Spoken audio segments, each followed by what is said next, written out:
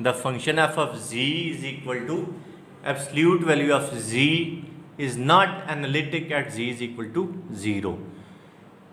दो मेथड हैं इस क्वेश्चन को करने के। पहला क्या है कि अगर किसी भी फंक्शन में z कंजुगेट इन्वॉल्व हो जाए तो वो फंक्शन एनालिटिक नहीं होता। तो पहले हम ट्राई करेंगे इसमें किस तरीके से z कंजुगेट इन्वॉल्व कर लें। तो हम ये करते हैं, जो एब्सोल्यूट वैल्यू है z की उसको स्क्वायर अंडर रूट की फॉर्म में लिख लेते हैं, क्योंकि हमें पता है कि एब्सोल्यूट वैल्यू ऑफ z इसका जो स्क्वायर है वो z और z कंजुगेट के प्रोडक्ट के इक्वल होता है। तो क्योंकि इस फंक्शन में z कंजुगेट इन्वॉल्व हो गया है तो ये फंक्शन एनालिटिक नहीं है। दूसरा मेथड है CR इक्वेशंस के थ्रू। अगर CR इक्वेशन सेटिस्फाई हो जाएं तो ज़रूरी नहीं होता कि फंक्शन एनालिटिक हो, उसके लिए फिर हमें नेक्स्ट कुछ प्रोसीजर है वो चेक करना पड़ता है। लेकिन अगर CR इक्वेशन ही सेटिस्फाई ना हो तो फंक्शन किसी सूरत भी एनालिटिक नहीं होता। तो अब हम CR इक्वेशंस के थ्रू चेक करते हैं। f of z absolute value of z है उसको लिख लेते हैं under root x square plus y square. ये CR इक्वेशंस हैं ux is equal to v y and v x is equal to minus u y. इनमें से अगर कोई एक बात भी सेटिस्फाई ना हो तो हम कहते हैं CR इक्वेशन सेटिस्फाई नहीं है और वह फंक्शन एनालिटिक नहीं है। अब इसमें क्योंकि आयोटा वाला तो हमारे पास आयोटा वाली टर्म तो नहीं है, इसका मतलब है v नहीं है, इसमें हमारे पास जस्ट u है। u क्या है जी, x square plus y square under the root. तो पहले हम ux फाइंड कर लेंगे। ux मीन्स करली u भी करली x, यानी कि u को हम पार्शली डिफ्रेंशिएट करेंगे विद रिस्पेक्ट टू x। वो हमारे पास आ जाता है x over under the root x square plus y square. और v क्योंकि है ही नहीं है, v जीरो है, तो v को जब respect to y partially differentiate करेंगे वो भी जीरो हो जाएगा। ux is not equal to vy, तो पहली इक्वेशन सेटिस्फाई नहीं हुई तो दूसरी चेक करने की जरूरत ही नहीं है। Hence the function is not analytic. The function w such that w is equal to u plus iota v is analytic if u is equal to e raised to power x sin y. इस question को करने के भी दो method हैं। पहला method तो ये है कि अगर हमने v फाइंड नहीं करना, v फाइंड किए बगैर डायरेक्ट हम फंक्शन कैसे फाइंड करते हैं। अगर पेपर में क्वेश्चन है कि without finding the v, u तो दिया हुआ ना, without finding the v find the original function, फिर यही मेथड हमने अडॉप्ट करना है। चलो पहला मेथड चेक करते हैं। u दिया हुआ e raise to power x sine y, कर ली u भी कर ली x फाइंड कर लेंगे और कर ली u भी कर ली y फाइंड कर लेंगे। फाइंड करने के बाद जो कर ली u भी कर ली x है उसमें x की जगह z पुट कर देंगे और y की जगह 0 पुट कर देंगे। जब इसमें पुट करेंगे हमारे पास 0 आ जाएगा।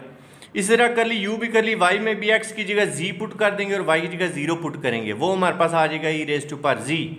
फिर उसको इस फंक्शन में रख इंटीग्रेट कर देंगे। w is equal to f of z integral of ux at x is equal to z and y0 minus iota uy at x is equal to z एंड y इज इक्वल टू 0 और operator होगा dz। तो ux की value हमारे पास 0 आई थी, put कर दी। uy की value e raise to power z आई थी, वो भी पुट कर दी। इसको सिंप्लीफाई करवाएंगे, आंसर आ जाएगा minus iota e raise to power z plus c। अब इसका दूसरा मेथड भी देखें। दोनों मेथड से ज़ाहिर आंसर सेम आना चाहिए। जो आपकी बुक है fundamental of complex analysis doctor Iqbal साहब वाली, उसमें यही मेथड यूज हुआ हुआ है। ये क्या है जी, u हमें गिवन है, कर ली u भी कर ली x फाइंड कर लेंगे, फिर CR इक्वेशन यूज करेंगे, वो हमें क्या बताती है ux is equal to v y, यानी कि जो हमने एक्चुअली ux फाइंड किया हुआ ये वी वाई है। वी वाई हमारे पास आ गया e raise to power x sine y. फिर इसको इंटीग्रेट करेंगे partially with respect to y। जब इंटीग्रेट करेंगे तो यहाँ से हमें v मिल जाएगा और राइट साइड पे आ जाएगा integral of e raise to power x sine y dy। इसको इंटीग्रेट किया, वो हमारे पास आया minus e raise to power x cos y plus function of x। जब with respect to y integrate करते हैं तो फंक्शन ऑफ x आता है और with respect to x integrate करें तो फंक्शन ऑफ y आएगा आपके पास। With respect to y integrate करने के बाद with respect to x partially differentiate कर देंगे, कर ली v भी कर ली x, हमारे पास आ जाएगा minus e raise to power x cos y और आगे gx था उसका डेरिवेटिव आ गया g प्राइम x। अब जो दूसरी CR इक्वेशन है वो है vx is equal to minus u y, यानी कि ये एक्चुअली क्या लिखा हुआ minus u y is equal to minus e raise to power x cos y plus g prime x।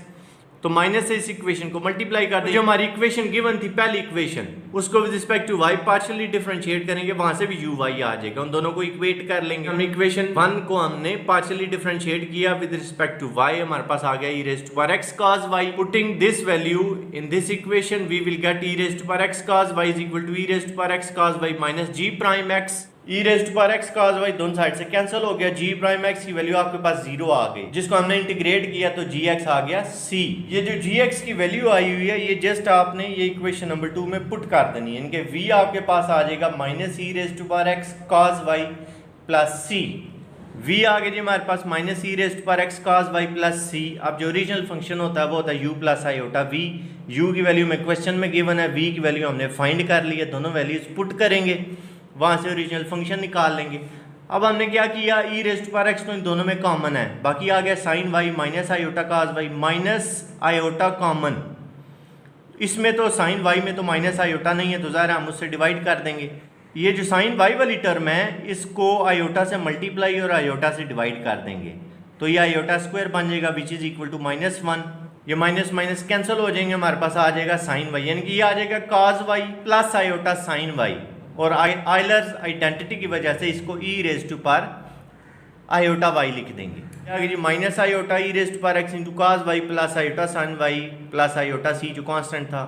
यह Euler's identity e raise to power iota y बन गया, base same power z x plus iota y and x plus iota Y is equal to z. So our net result is minus iota e raise to power z plus c 1 या c prime कुछ भी। Show that 1 plus iota raise to power iota is equal to this. As we know that we can write 1 plus iota raised to power iota is equal to e raised to power log of 1 plus iota raised to power iota. By using the law of logarithm, we will write this in this form, which is given the name of hysteric after using log z is equal to natural log of z plus iota argument of z. We will get argument of z as only pi by 4, but in the question it is given that n is equal to 0, 1, 2, 3 up to so on, and -1, -2, -3 up to so on. So we will use the 2n pi, or we can also use -2n pi because there is no difference by using 2n pi or -2n pi due to the clockwise or anti-clockwise direction. Through this we will get log of 1 plus iota is equal to natural log of under 2 plus iota pi by 4 plus 2n pi. After multiplying by iota we will get iota natural log of under 2 plus iota square which is equal to -1. Through this we will get 2n pi minus pi by 4 plus natural log of under 2 iota.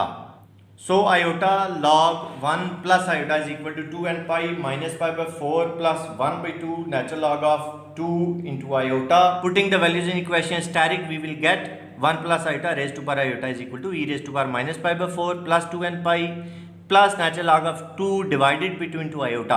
Base same powers add, we will use this rule and we will get 1 plus iota raised to power iota is equal to e raised to power minus pi by 4 plus 2n pi into e raised to power iota log of 2 divided by 2. f of z हमें given है, हमने बताना है कि function analytic है या नहीं है, तो सी आर इक्वेशन से हम चेक कर लेंगे। u हमें जो गिवन है वो x minus y whole square और v जो है वो 2 इंटू एक्स प्लस वाई है। तो कर ली u भी कर ली x जो फाइंड करते हैं वो आ रहा है 2 इंटू एक्स माइनस वाई, कर ली u भी कर ली y फाइंड कर रहे हैं वो आ रहा है 2 इंटू वाई माइनस एक्स, और कर ली v भी कर ली x 2 आ रहा है, कर ली v भी कर ली y वो भी 2 आ रहा है। तो यहाँ से क्लियरली हमें शो हो रहा है ux is not equal to vy, यानी कि सी आर इक्वेशन सेटिस्फाई नहीं है। तो सी आर इक्वेशन के सेटिस्फाई ना हो तो फंक्शन भी एनालिटिक नहीं होता। Second part, to show that the function is harmonic. तो ये u जो हमें दिया हुआ है इसका हम इसके हम लैप्लास इक्वेशन एक्चुअली चेक करते हैं। ux फाइंड करते हैं वो ये आ रहा है x over x square plus y square, u double x find किया वो आ रहा है y square minus x square whole divided by square of x square plus y square, और u y फाइंड करते हैं इनके कर ली u भी कर ली y वो आ रहा है y over x square plus y square, u double y find किया यानी कि कर ली 2u भी कर ली y स्क्वायर वो आ रहा है x square minus y square over x square plus y square का स्क्वायर। अब लैप्लास में इसको पुट करते हैं u double x plus u double y, उसमें जब हमने ये वैल्यूज पुट की रिजल्ट आ गया 0, इनके लैप्लासियन अगर आपको 0 रिजल्ट दे रहा है तो फंक्शन हार्मोनिक होता है। Right of ji is equal to G square is analytic. तो जी की जगह आपने एक्स प्लस आयोटा वाई लिख लेना है, होल स्क्वायर स्क्वायर ओपन कर लेंगे, एफ ऑफ जी हमारे पास आ जाएगा x square minus y square plus 2 iota x y. तो जो रियल पार्ट है उसको हम u कहते हैं और जो इमेजिनरी पार्ट है उसको हम v कहते हैं। u is equal to x square minus y square, उसको with respect to x partially differentiate करेंगे 2x आ जाएगा, फिर उसी u को पार्शियली डिफरेंशिएट करेंगे विद रिस्पेक्ट टू y वो माइनस 2y आ जाएगा। इसी तरह जो v आपके पास उसको भी आपने with respect to x partially differentiate करना है, वहाँ से 2y आएगा, और respect to y partially differentiate करना है वहाँ से 2x आएगा। तो ux is equal to vy हमें नजर आ रहा है and vx is equal to minus uy भी नजर आ रही है। ये सी आर इक्वेशंस हैं, C R equations are satisfied. और ये जो चारों पार्शियल डेरिवेटिव आ रहे हैं ज़रा एग्जिस्ट कर रहे हैं, नजर आ रहा है कि इनका आंसर इन्फिनिटी नहीं आ रहा, कंटिन्यूस भी हैं। तो अगर कोई फंक्शन कंटिन्यूस भी हो, उसके पार्शियल डेरिवेटिव चारों एग्जिस्ट भी कर रहे हैं और सीआर इक्वेशंस भी सेटिस्फाई हो, तो हम कहते हैं वो फंक्शन एनालिटिक है। u is equal to x square minus y is harmonic. तो हार्मोनिक प्रूव करने के लिए हमें लैप्लास इक्वेशन चेक करनी होती है, यानी कि जो कुछ भी है यूज को पार्शियली डिफरेंशिएट करेंगे with respect to x, 2x आ जाएगा, दोबारा उसी को पार्शियली डिफरेंशिएट करेंगे विद रिस्पेक्ट टू एक्स, वहाँ से हमें 2 मिला, फिर y के साथ भी यही, यानी कि u को पार्शियली डिफरेंशिएट करेंगे विद रिस्पेक्ट टू y, वो आएगा -2y -1, फिर दोबारा उसी को पार्शियली डिफरेंशिएट करेंगे विद रिस्पेक्ट टू y, वो आ जाएगा -2। अब हम लैप्लास इक्वेशन चेक करेंगे।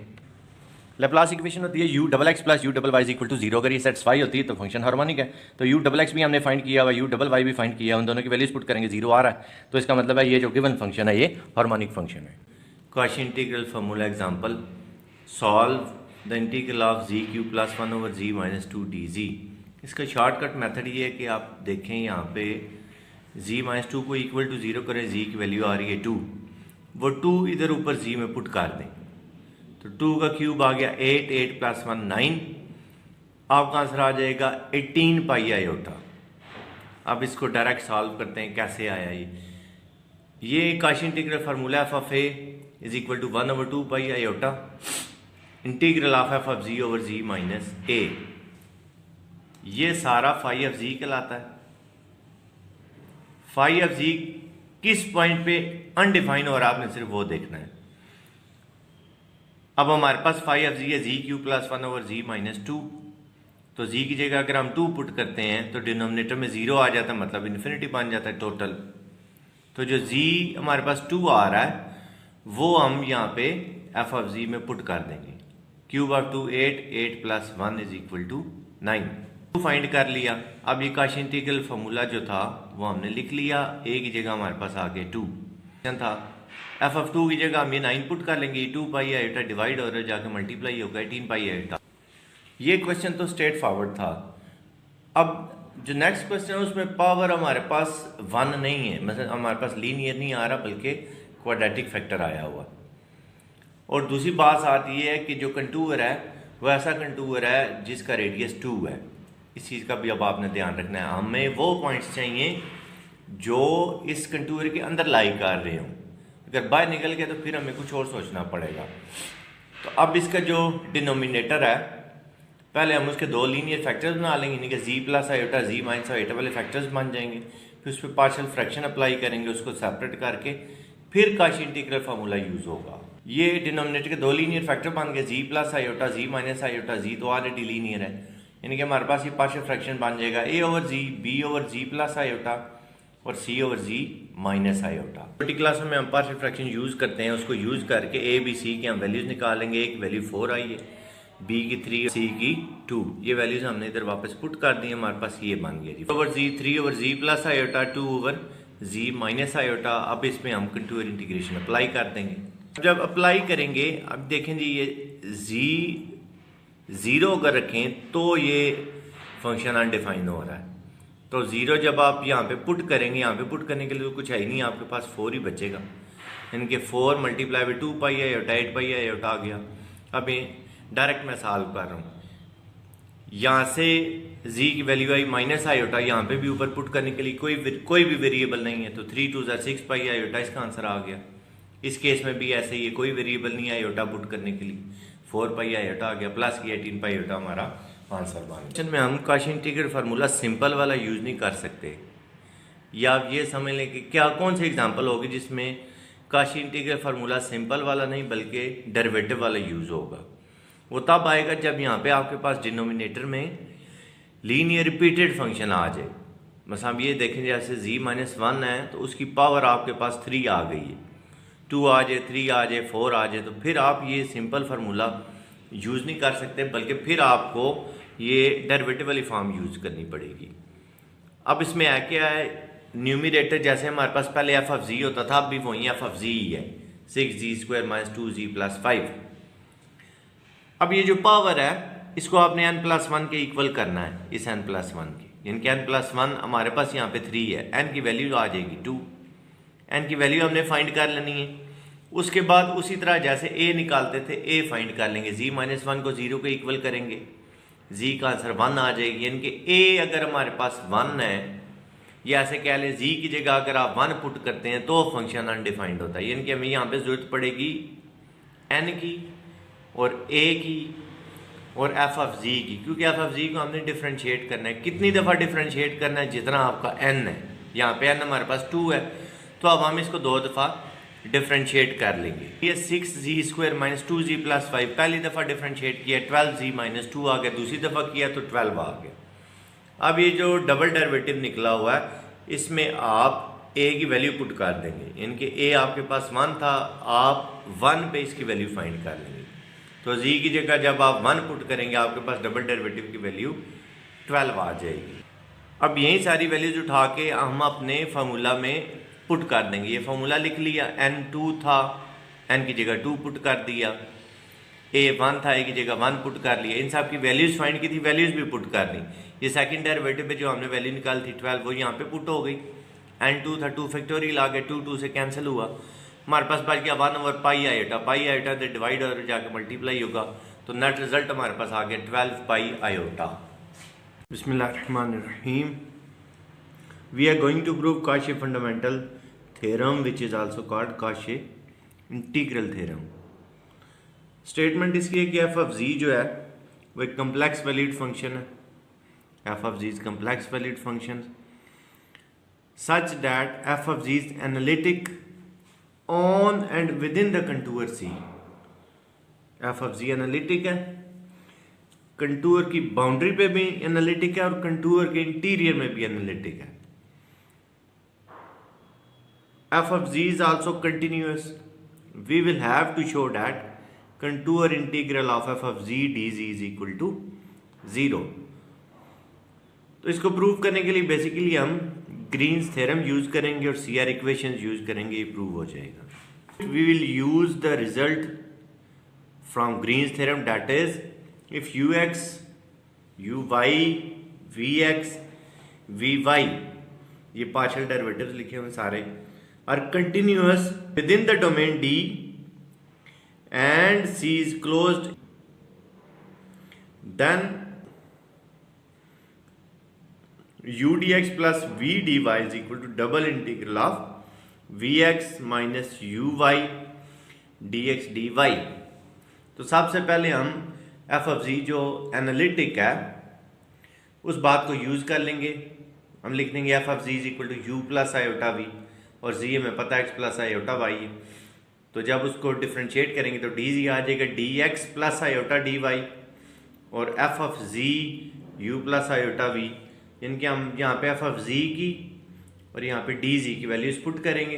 पुट करने के बाद सी आर इक्वेशंस और ग्रीन थ्योरम को यूज कर लेंगे। Is analytic on and within the contour, z is equal to x plus iota y, d z क्या आ जाएगा जी d x plus iota d y, f of z होता है u plus iota v. And we know that for analytic function C R equations are u x is equal to v y and v x is equal to minus u y. इनके f of z की हमने ये value put कर दी, D G की भी हमने ये value put कर दी। सिंप्लीफाई करेंगे u d x plus iota u d y plus iota v d x plus iota square v d y. तो रियल और इमेजिनरी पार्ट सेपरेट कर लेंगे। रियल और इमेजिनरी पार्ट्स हमने सेपरेट कर लिए, ये रियल है ये इमेजिनरी, यहाँ पे यूज कर लेंगे ग्रीन्स थ्योरम। ये ग्रीन थ्योरम है हमारे पास। तो हमारे पास क्योंकि सिंगल इंटीग्रल था, जब ग्रीन थ्योरम यूज करेंगे तो हमारे पास ये डबल इंटीग्रल आ जाएगा। Let's use it. ये हमने ग्रीन थ्योरम यूज कर लिया रियल पार्ट पे भी और इमेजिनरी पार्ट पे भी। इसके बाद सी आर इक्वेशंस यूज कर ली। V x is equal to minus u y, तो माइनस यू वाई और प्लस यू वाई कैंसिल हो जाएंगे, and u x is equal to v y, तो वी वाई और वी वाई भी cancel हो जाएंगे। रिजल्ट आपके पास आ जाएगा 0 plus 0 iota which is equal to 0. Its mean contour integration of f of z dz is equal to 0.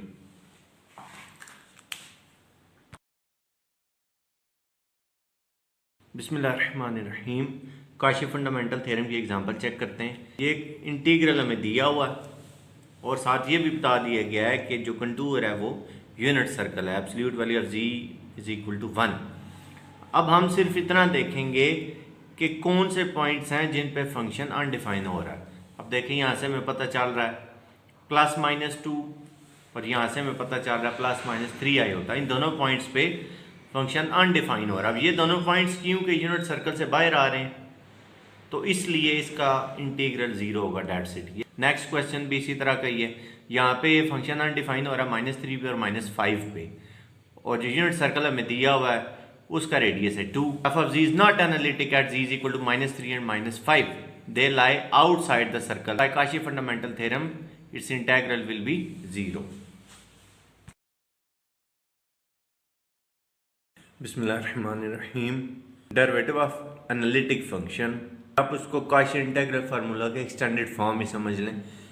Theorem की फॉर्म में let f of z be an analytic function within and on the boundary of the contour of a simply connected domain D, and let A be any point within the contour, then its first derivative at A is equal to 1/2 pi iota contour integral of f of z over whole square of z minus a dz, and in general nth derivative at point A is equal to n factorial divided by 2 pi iota into integral of f of z over z minus a raise to power n plus 1।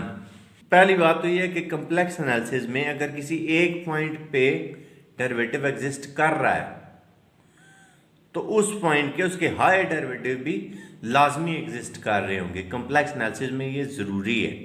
Real analysis में ऐसा नहीं होता। जैसे आप Maclaurin या Taylor series जब बनाते हैं तो आप मतलब साइन एक्स है कॉस एक्स है उसके डिफरेंट डेरिवेटिव जब आप 0 पे फाइंड करते हैं तो आपको खुद उसका आइडिया हो जाता है। कम्प्लेक्स एनालिसिस में ऐसा नहीं है, लाजमी डेरिवेटिव उसके हायर डेरिवेटिव उस पॉइंट पे एग्जिस्ट कर रहे होंगे। अब काशी इंटीग्रल फार्मूला पहले हमने लिख लिया, f of a is equal to 1/2 pi iota integral of f of z over z minus a d ji.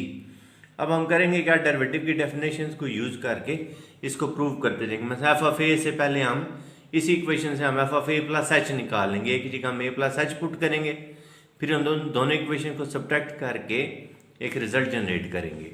Let's find f of a plus h and a plus h lies in the contour. A की जगह हमने ए plus H put कर लिया तो equation हमारे पास बन गया f of a plus h is equal to 1/2 pi iota integral of f of z over z minus a minus H.